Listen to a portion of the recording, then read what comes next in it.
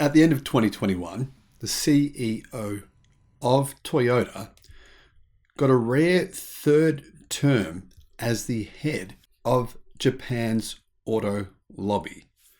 Not only is he CEO of Toyota, but he's also the CEO of the Japanese automotive industry. Yesterday, that man said this: just like the fully autonomous cars that we are all supposed to be driving by now, electric vehicles are going to take a lot longer to become mainstream than the media would like you to believe. Hello, my friends. Welcome to the channel. I'm the Electric Viking. Great to see you. Welcome to all the new subscribers and welcome back everyone else. Really good to have you all. Thank you for tuning in. Thank you for subscribing. Thank you for supporting the electric revolution and for supporting me and you having clean air to breathe. Having clean air I quite like it. I really don't like it when I'm driving behind other cars where their fumes are spewing out everywhere. And if I open my window, I'll drink in those toxic fumes, which they are pretty toxic. So EVs are the future for a number of reasons. Toyota, well, they don't want that to be the case because, frankly, they're not ready for it. And they're fighting tooth and nail against it. Now, you may or may not be aware of this, but Toyota spends more money lobbying against EVs than even the biggest oil companies in the world. That is a proven fact. Not a YouTube fact, proven fact. Toyota Motor Corporation President Akio Toyoda recently shared a dig at self-driving cars and EVs during a meeting with the company's dealers. The Toyota executive argued that the electric vehicle transition will take a lot longer than expected. Just like the fully autonomous cars that we are all supposed to be driving by now, electric vehicles are going to take longer to become mainstream than the media would like us to believe, he said. So he tried to kind of reassure his fellow buddies in Japan, don't worry, it's okay. I know you're not ready for EVs and neither are we, and don't worry, the media is wrong. It's not going to happen the way they say it is. Plenty of time, relax. That's what he's saying. Teslarides said this: well, Toyota, not Toyota, Toyota, seems to be skeptical about the electric vehicle industry. Toyota has taken some steps recently to ensure that it has some footing in the emerging electric vehicle sector. Last August, Toyota announced that it would be increasing its investment in a new battery plant in the US from $1.3 billion to $3.8 billion. A decision that seemed partly influenced by the growing consumer demand for EVs.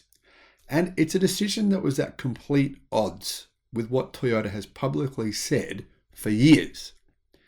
For years, they have said EVs are not the future of the automotive industry, and they still are sticking to that claim.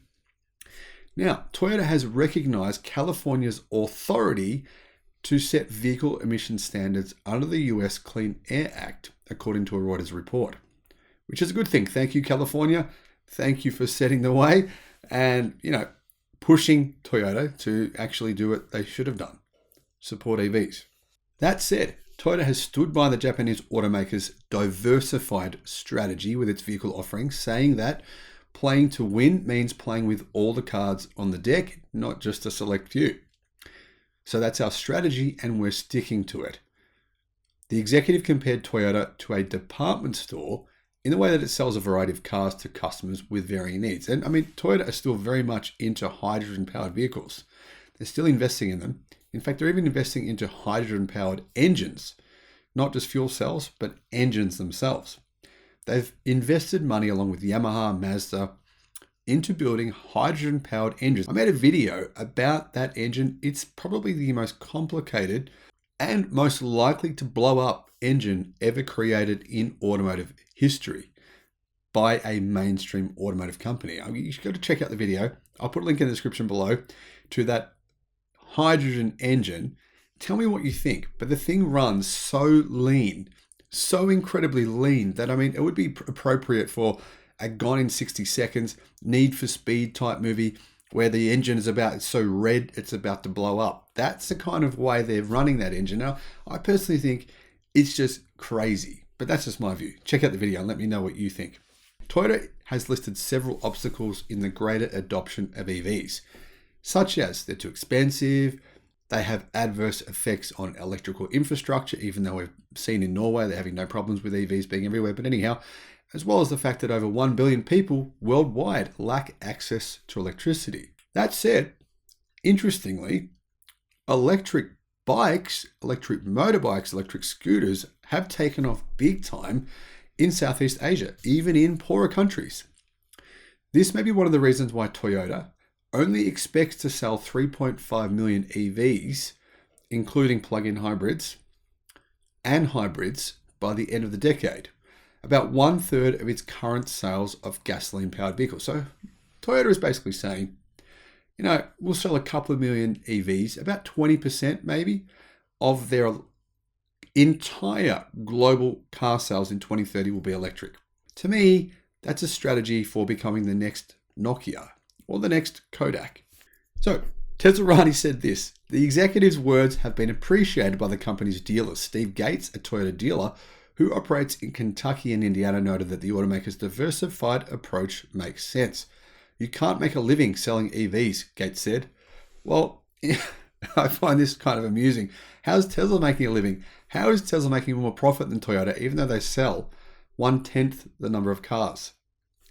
That's a rhetorical question I have for you Toyota fans. How did that happen? Well, the funny thing is, right? Eventually, what's going to happen is Toyota is going to have to pay a lot of money to electric car companies such as Tesla in ZEV credits, because if they don't make EVs, eventually they're going to have to pay enormous fines for not doing so. That's the reality that they're going to be facing, regardless of whether they want to continue to fight against them. I realistically think, and I'm going to say it right now, Toyota himself, the great-grandson of the original founder of the company, will be responsible single-handedly for the downfall of the company, the downfall of the world's largest automotive company. It's 2022. Yes, Toyota sales are at all-time highs right now. But by 2030, they will not even be in the top 3 automakers worldwide. That's my prediction. We've got just over 7 years to make it happen. Let me know if you agree or you disagree. Do you think I'm crazy? Do you think I'm a maniac? I don't know. But I do know one thing, which is this: electrification has happened a lot faster than anyone predicted it would. Who has admitted to that? Volkswagen have admitted to that. Ford keep on admitting to that over and over. General Motors have admitted to that. Legacy Auto realizes it now. The only company that doesn't appears to be Toyota.